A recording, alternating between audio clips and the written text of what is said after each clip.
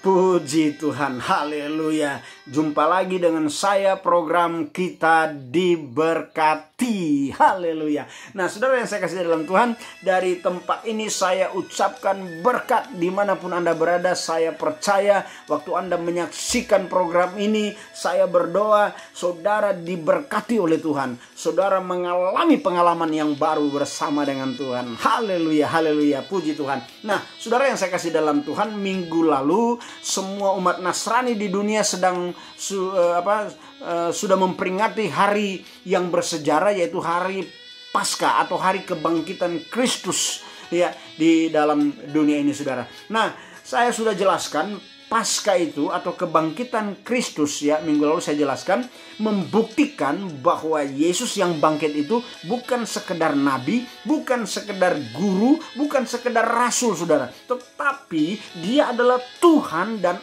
Allah yang luar biasa, saudara. Ya, dia bangkit dari antara orang mati karena dia Tuhan. Hanya Tuhan yang mampu keluar dari kematian. Hanya Tuhan yang mampu bangkit dari kematian, saudara.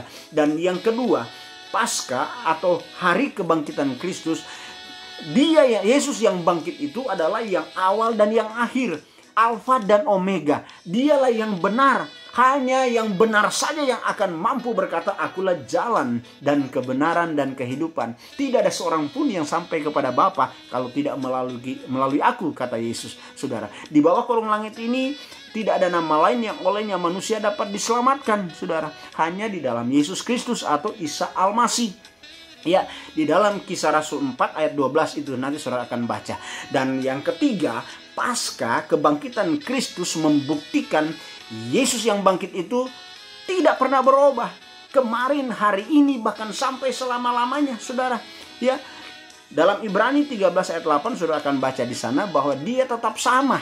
Kemarin, hari ini, bahkan sampai selama-lamanya. Nah, tiga hal ini membuktikan bahwa dia adalah Tuhan dan bukan sekedar nabi, guru, atau rasul, kata orang, saudara, ya kan? Ya, tapi kata kita, dia adalah Yesus, adalah Tuhan, dan dia adalah Allah. Ya, luar biasa. Nah, hari ini, saudara, ya, melanjut setelah dia bangkit dari antara orang mati, minggu minggu Paskah atau minggu kebangkitan Kristus minggu lalu, saudara. Ya, kalau kita mengikuti apa yang sudah dia sampaikan, kalimat-kalimat di atas kayu salib, salah satu sudah selesai. Artinya udah beres, saudara. Tapi persoalannya, kenapa setelah dia bangkit nggak langsung take off ke surga? Ya kan? Alkitab saya masih mencatat 40 hari lagi dia masih ada di bumi ini. Ya kan? Ya, berarti ada yang mesti dia harus selesaikan. Dan apa yang harus dia selesaikan di sana? Nah, saya coba mempelajari, ada beberapa kali ya sampai dia naik ke surga. Ya, dari mulai kebangkitan sampai dia naik ke surga 40 hari pencurahan Roh Kudus waktu itu, saat itu, saudara, saya mempelajari yang dia selesaikan, ada duka yang mendalam ya di dalam kehidupan orang-orang dekatnya, yaitu orang-orang yang bersama dengan Yesus dalam pelayanan waktu masih ada di muka bumi ini, yaitu murid-murid dan beberapa orang perempuan-perempuan juga yang ikut bersama di dalam pelayanan, saudara. Pada waktu peristiwa kematian itu, mereka itu terpukul, mereka itu sangat berduka. Ya, boleh nggak berduka? Ya, boleh. Yang Tuhan larang bukan soal berduka. Yang Tuhan larang jangan ada duka yang berlarut-larut. Maksudnya sudah sekian lama berduka, duka itu masih terus mengikuti kita. Nah, itu yang sedang terjadi kepada murid-murid Tuhan. Sehingga 40 hari Yesus harus menyelesaikan ini dan baru dia terangkat ke sorga. Nah, salah satu yang saya ingin sampaikan yaitu ada 2 orang murid yang sedang berjalan menuju kampung yang bernama Emmaus, saudara. Saudara tahu, mereka sedang berjalan, di dalam perjalanan terjadi dialog, terjadi diskusi, saling bertanya satu dengan yang lain, saudara. Ya, salah satu muridnya itu adalah Kleopas. Nah, pada waktu sedang bercakap-cakap itu, tiba-tiba Yesus menampakkan diri kepada mereka dan kemudian berjalan bersama mereka, saudara. Tapi mereka tidak kenal siapa itu yang datang bersama dengan dia, saudara. Mereka nggak kenal, ya. Ya, itu kan itu membuat kenapa ya seperti itu? Padahal beberapa waktu yang lalu murid-murid ini masih bersama-sama dengan Yesus. Tapi dengan adanya peristiwa kematian, mereka sudah tidak kenal Yesus.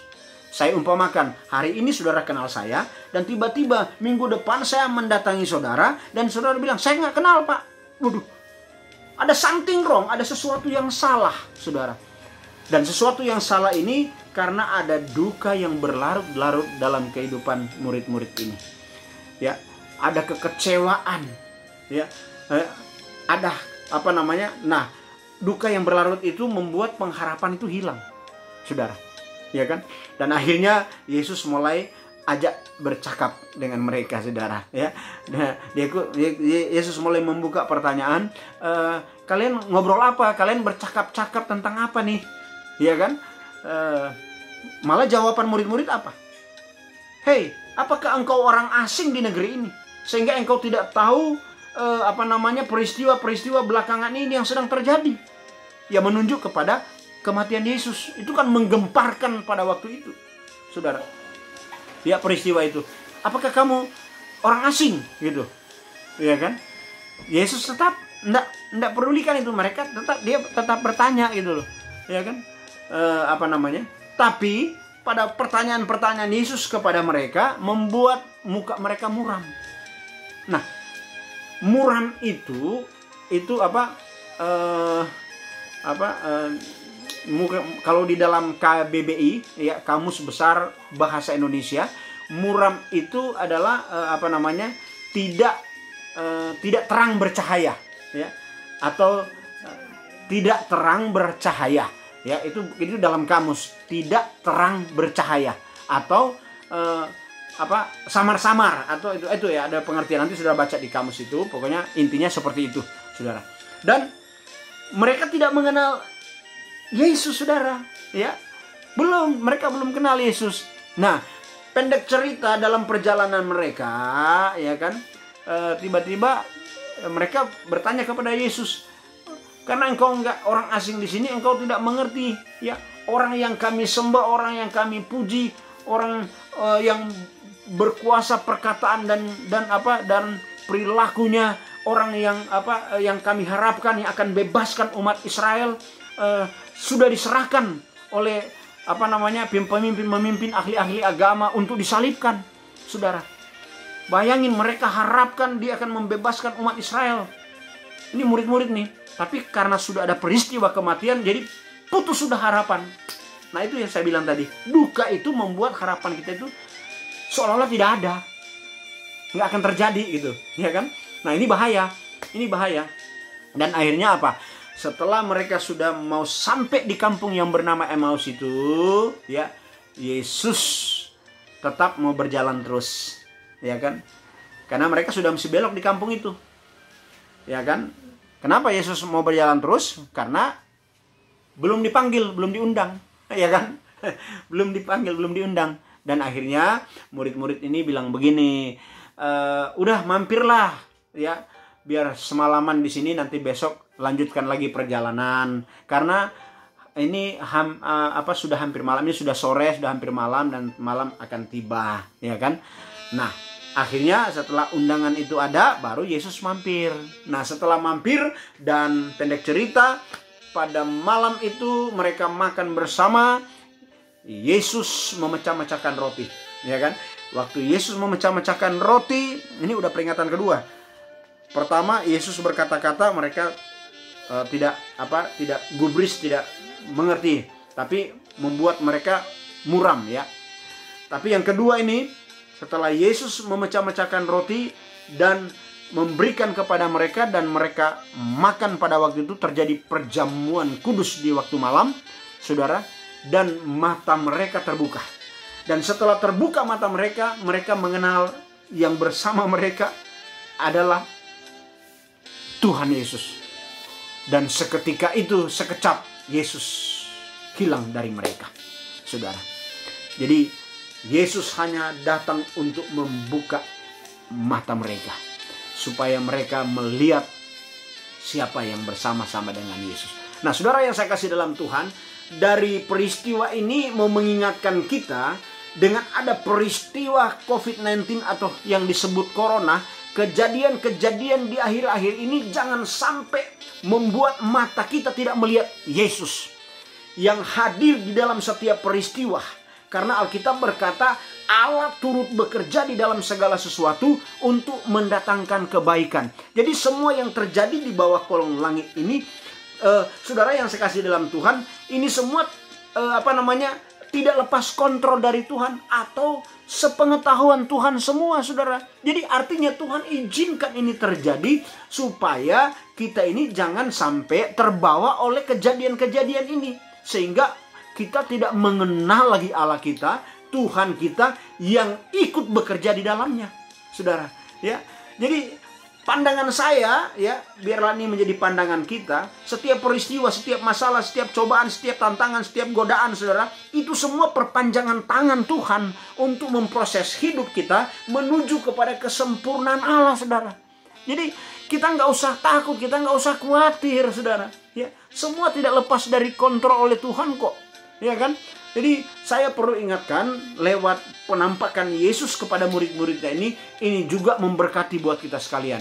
Ya, mari lewat kejadian-kejadian yang ada ini, saudara, ya kan? Ya memang sebagai manusia siapa nggak takut? Ya, ini bukan hanya Jakarta yang kena, saudara.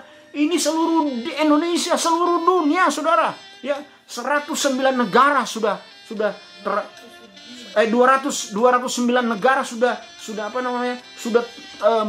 terkena dengan wabah ini, saudara. Ini kan bukan hal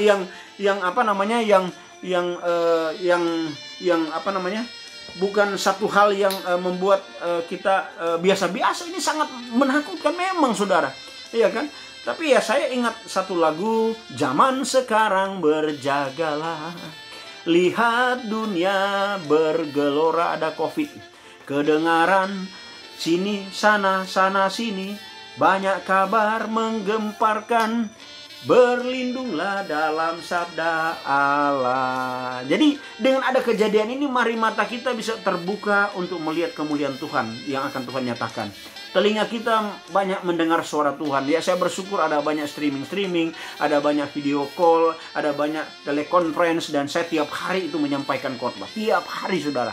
Ya, kadang satu hari 3 kali, satu hari 2 kali, dan sebagainya, saudara. Tiap hari untuk menyampaikan ini. Ya, itu pertanda apa? Kita ini diizinkan Tuhan untuk ada di rumah. Karena ada malaikat maut itu sedang berjalan, saudara. Ya kan? Kalau sudah ada aturan Tuhan, tolong jangan dilanggar. Ya, stay at home, saudara, ya kan? Kalau sudah ada peraturannya pemerintah, kan hamba Tuhan, kita dukung, saudara. Ya, kita berdoa karena pemerintah siang malam bekerja supaya penularan ini jangan terus, ya, untuk memutus rantai penularan ini. Mereka juga udah berusaha, Pak. Ya, tenaga medis, dokter, para medis, perawat-perawat juga semua yang ada di garda terakhir mereka itu, ya kan? Kita semua ini ada di garda depan. Kita yang harus ikut bersama-sama kerja dengan mereka. Ya, menurut mereka kan dengan kita menjaga jarak, karena virus ini kan tertular dari manusia ke manusia, saudara. Ya, dengan kita menjaga jarak kan itu berarti kan kita membantu juga para medis, tenaga medis, dan ahli-ahli virus, saudara. Jadi penting kita harus ada kerjasama semua, dan saya percaya kemenangan pasti akan ada. Saya percaya, ya, semua ini terjadi karena ada maksud, ada rencana Tuhan, supaya semua ini boleh bersatu, ya, tidak melihat lagi denominasi, tidak lagi melihat apa agamamu, apa agamaku, tidak lagi melihat apa aliranmu, apa aliranku, ya kan, gereja apa kamu, gereja apa saya, bukan itu. Di mata Tuhan yang Tuhan lihat sekarang cuma ada 2. Kita ini benar atau kita ini salah. Udah itu aja. Siapapun kita manusia, saudara, ya kan? Jadi yang Tuhan lihat itu kita benar atau kita salah. Cuma itu aja, saudara. Maka kalau kita kalau kita merasa hidup kita banyak kesalahan, ya hari inilah, ya, tepatnya kita harus memperbaiki hidup kita, ya, supaya memperhatikan bagaimana kita harus hidup menyenangkan Tuhan atau bukan, saudara. Ini penting buat kita sekalian. Jadi Tuhan menampakkan diri ini untuk memberitahukan kepada kita supaya kita kembali ke jalan yang benar dan terus melihat setiap peristiwa ada maksud Tuhan, ada rencana Tuhan yang indah buat kita sekalian. Puji Tuhan, saudara. Ya, happy Sunday dan selamat hari Minggu buat kita sekalian dimanapun Anda berada. Saya mau berdoa buat saudara dan saya percaya kita akan diberkati Tuhan.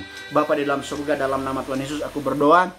buat saudara-saudaraku, sahabat-sahabatku dimanapun berada. Mungkin ada yang sakit di rumah mereka masing-masing, atau ada yang di rumah sakit, bahkan mungkin ada yang terkontaminasi dengan virus ini. Tuhan, Bapa, aku berdoa dari tempat ini, sehati kami di dalam nama Yesus, Gue perintahkan semua bentuk-bentuk virus, bakteri yang tidak bermanfaat di tubuh dicabut sampai ke akar-akarnya dalam nama Yesus Kristus. Dan kami percaya karena tubuh kami bukan milik kami lagi, bukan milik setan, bukan milik dunia, tetapi sudah menjadi milik Allah. Karena sudah ditebus dengan harga yang sudah lunas dibayar di kayu salib melalui pengorbanan Kristus. Jadi kami ini bukan milik kami lagi, sudah menjadi milik Tuhan dalam nama Yesus. Jadilah sembuh dalam nama Yesus. Jadilah sembuh dalam nama Yesus. Terima kasih Bapa, memberkati keluarga lepas keluarga, pribadi lepas pribadi, apapun yang menjadi usaha pekerjaan kami, pelayanan kami, pendidikan kami, Tuhan buat menjadi berhasil. Semuanya jalannya naik dan tidak turun, akhirnya menjadi kepala dan bukan ekor. Terima kasih Bapa, terima kasih Tuhan Yesus, terima kasih Roh Kudus. Hamba boleh selesai hari ini, tetapi hamba percaya Roh Kudus tidak pernah selesai dengan kehidupan kami. Hamba berdoa, Roh Kudus akan ingatkan terus kami dimanapun kami berada, supaya kami tetap kembali ke jalan yang benar, ke jalan Tuhan Yesus Kristus, karena itu adalah jalan menuju surga yang mulia. Terpujilah namamu, di dalam nama Tuhan Yesus, hamba sudah berdoa dan mengucap syukur. Haleluya, haleluya. Nah saudara yang saya kasih dalam Tuhan, kita jumpa lagi dengan program yang sama. Kita diberkati. Haleluya, haleluya. Amin. Puji Tuhan.